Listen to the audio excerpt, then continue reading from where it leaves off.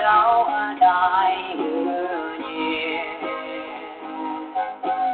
nhẹ như yan ca đang cái đại hoàn nhẹ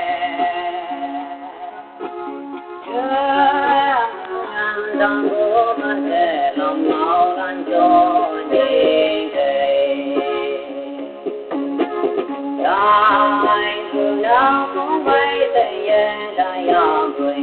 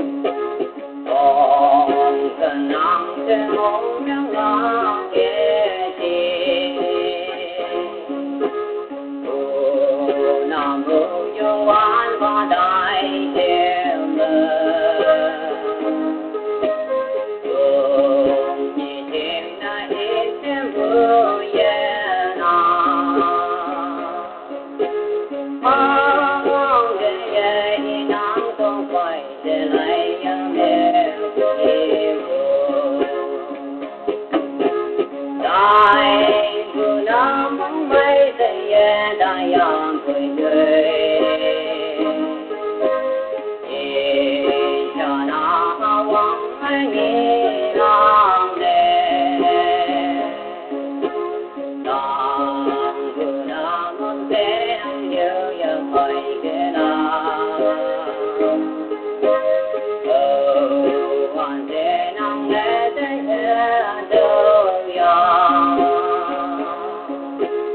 cho kênh Ghiền Mì Gõ để không bỏ lỡ